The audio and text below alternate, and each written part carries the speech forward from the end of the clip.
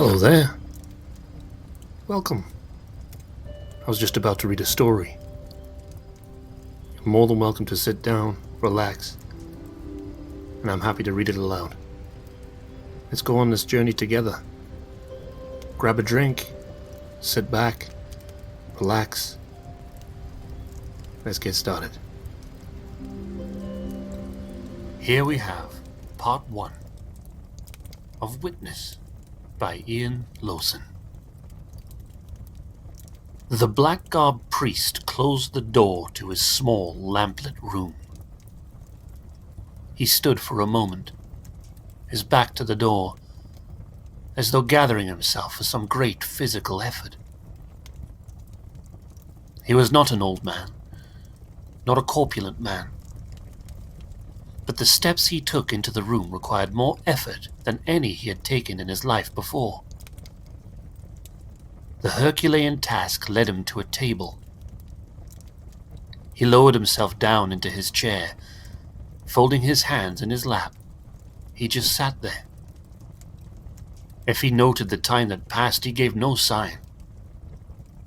No great sigh passed his lips. He did not move. Only his slow, regular breathing showed he lived. During the long minutes, his eyes never left the pale, well-traveled writing box that sat on the plain wooden table. The priest finally reached out one hand to the box. His hand rested on the lid for a moment. Longer yet, before opening it and removing paper, pen, ink, and blotter. These were laid out methodically. Precisely. Once this was done, the priest sat back again. His eyes flicked between the items on his table. Abruptly his hand went to his chest, where it grasped the ornate cross that hung there. For a moment, the priest looked shocked, as though the icon had suddenly appeared. He quickly removed it and was about to put it on the table when he stopped. Drawing back his hand, the priest cradled the cross. He let the wooden beads on its string trickle down through his fingers, to hang loosely there. Some in each hand, some dangling. He clicked the beads back through his fingers, their smooth surfaces reflecting the lamplight. His face, the table, bed, chair, floor, ceiling, walls. Each bead became the moment, became everything that was left. Slowly, the priest drew the cross to his lips, kissing it once. Then, without looking, he laid it down on a table in a gentle rattle of wood, as far from him as he could reach without the ignominy of casting it away. Rubbing his hands together once, twice, the priest reached smoothly for the pen. He flipped open the lid of the inkwell, dipped, tapped, and drawing the paper to him slightly, began to write. I am Father Mihai Kyogi Popescu. The priest stopped writing, placing the pen to one side. He looked for a long time at the page, at the name that stared back at him. He glanced over to where the cross rested. He stood, pushing the chair back and picking up the piece of paper he had written on. Tearing it up, slowly and methodically, he dropped the pieces to the floor and walked from the room. Some minutes later, he returned. The priest turned the chair around and sat facing the door. His wait was a short one, as a young man entered wearing the slightly crumpled robes of an initiate. He smiled at the old priest,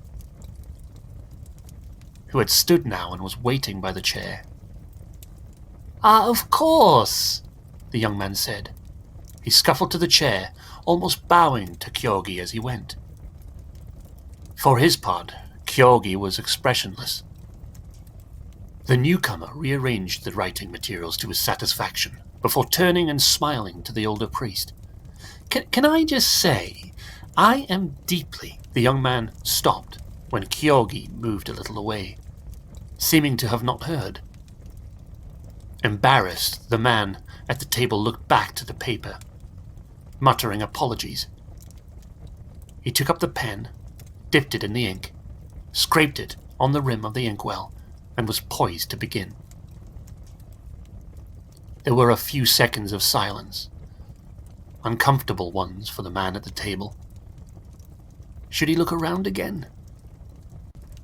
To his relief, the seldom-heard voice of Father Kyogi now filled the room with its quiet authority. I am Mihai Kyogi Popescu. I was Father Kyogi. Once, no more. Father Kyogi died 2.5 years ago in the village of Hastad. At the mention of the village by name, the young scrivener hesitated. Even in the lamplight he could be seen to pale. He quickly resumed writing, but his eyes flicked to the door from time to time as though he hoped for some kind of rescue. Kyogi's deep, mellow voice continued, relentlessly recounting his story. The emotion in his voice built slowly. The skills of the old orator remained. The young priest marveled, even if he was not himself. It was no distance, really, from Hunadwara. South a little from the city, then east. The road was good enough most times of the year, even in winter. You came along the valley floor for a time. Then the road left the little river and climbed up onto the plateau Hastad sheltered on. The village was well placed on the roads leading to and fro, but I took no real benefits from being there. Too close to the city, probably. I liked stopping there. It was friendly. From the valley you could follow the main road up and came at the southern end of the village. But I liked that little path that led off to the left, even as the main road struck off to the right. The little path was harder, but it led through the trees and brought you straight to the heart of the village. The open area in front of the church, right to where the people always were. Good people. Roma, mostly. I loved them. I remember that the children were always so strong-looking. Always so happy. The men were tough, like leather beaten by the sun and the weather, but the women were tougher. And louder. Aye, louder. The woman would call to me, the children run to or from me, but the men would just nod. I worked hard for such acknowledgments.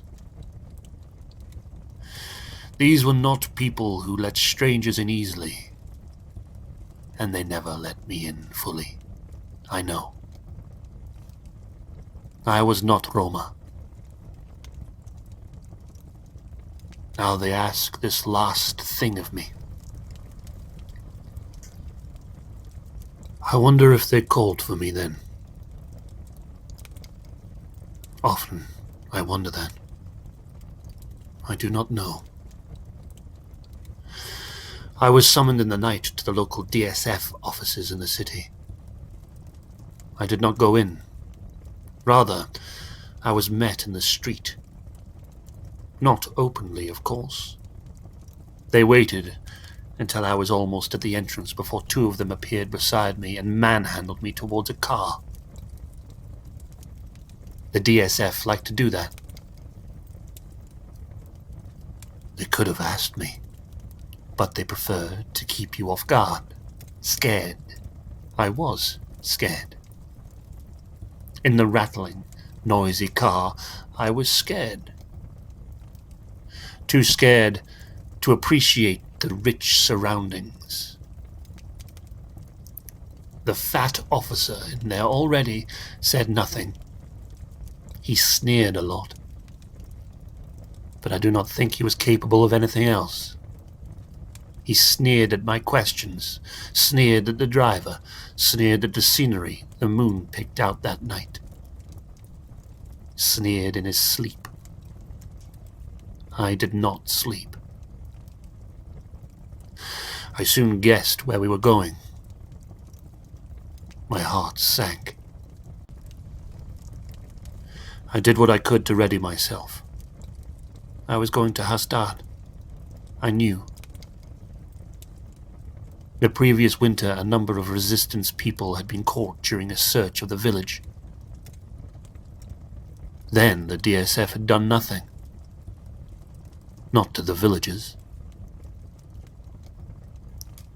The resistance people had been taken away, and terrible things had been done to them for a long time. The people of Hearthside were left alone to imagine they had been forgiven or forgotten. They were left long enough to hope. That was the most cruel thing of all. Through the winter their fear turned to hope. In the spring the hope grew, so by summer it was strong. Like the children, strong and naive. The car stopped short of the village, near to the start of my favorite path. Hours had passed since we had left Hunidwara. My dread had made the hours seem longer. The promise of dawn was turning the night sky behind the village a pale, ghostly blue. When the car stopped, I heard voices and saw the silhouettes of soldiers and men and others. Seeing so many men, I feared the worst. The worst that I could fear then. Naive fool.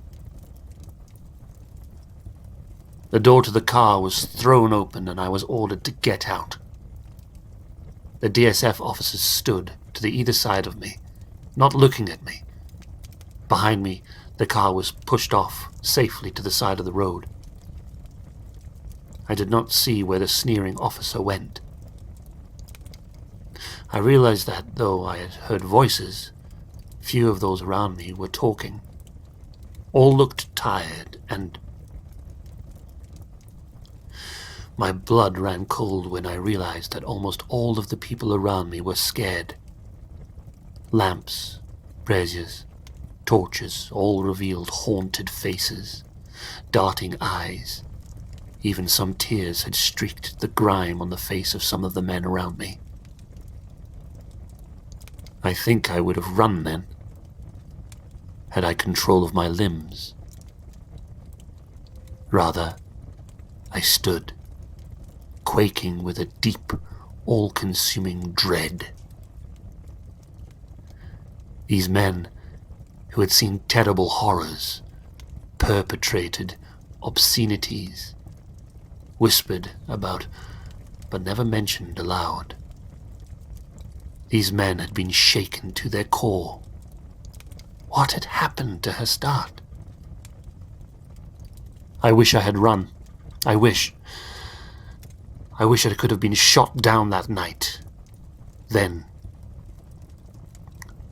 Before. Kyogi stopped talking, as though his voice had betrayed him. All of this time, he had been standing in the middle of the room. He had barely moved. Only his quiet voice had borne a shred of emotion he left. The emotions that had been caged inside the silent priest for so long. At the desk, the young initiate was staring at the words that had tumbled from the pen to his hand. They seemed alien to him. It was as though Kyogi's voice had manifested itself in scratched ink without the scrivener being involved. He carefully blotted the sheet and lay it to one side with the other complete pages. Behind him, he heard Kyogi take a breath, ready to speak again. Taking a fresh sheet, the young witness began to write. Kyogi's words sounded as though they had come from some unfathomable distance away. Yet, he was as clear as before. The words were emotive, but there were little emotion now in his voice. There were signs all around me that some great endeavor had been completed. As my eyes adjusted to the cold light of pre-dawn, I saw where wood had been stacked and worked. Pale pools of sawdust were left behind, partly trodden into the mud that seemed to be everywhere. Tents were being taken down, and carts were being stacked. There were some motor trucks being loaded with tools, generators, and portable lights. So much was being done with so little talk. No one would meet my eyes. My dread increased so. I felt my heart should stop. To one side of the road, a large motor truck sat on fat wheels. At the back, it looked like one of the Roma caravans, only square and ugly. Very like Promethea to make such advances. There were lights on inside. I had been standing for a little time when a door at the back of the truck that I could not see opened, spilling light. Someone stepped down. I saw their shadow move against the ground.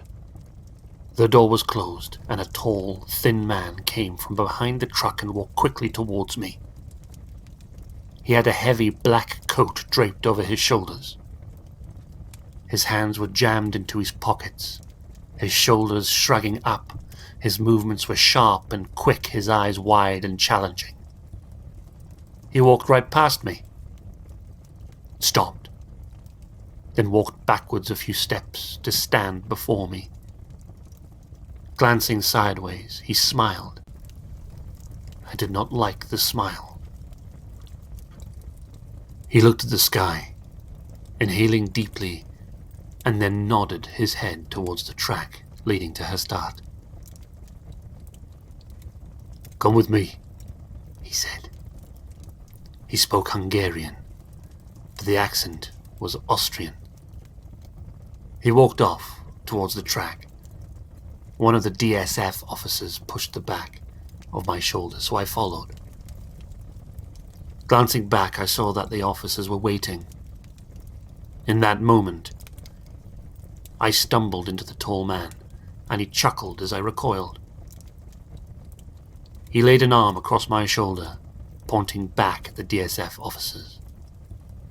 "They will follow, but not yet. I do not wish that they intrude on our time together.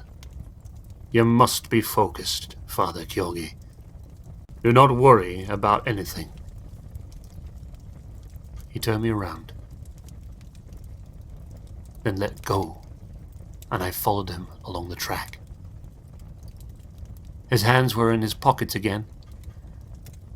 He looked like some great insect stalking across the rutted ground. After a little while, he was nearer the trees. He spoke again. His hands came out of his pockets and he gestured expansively. "I was told that this is your favorite way into the village. I had found this path as I explored.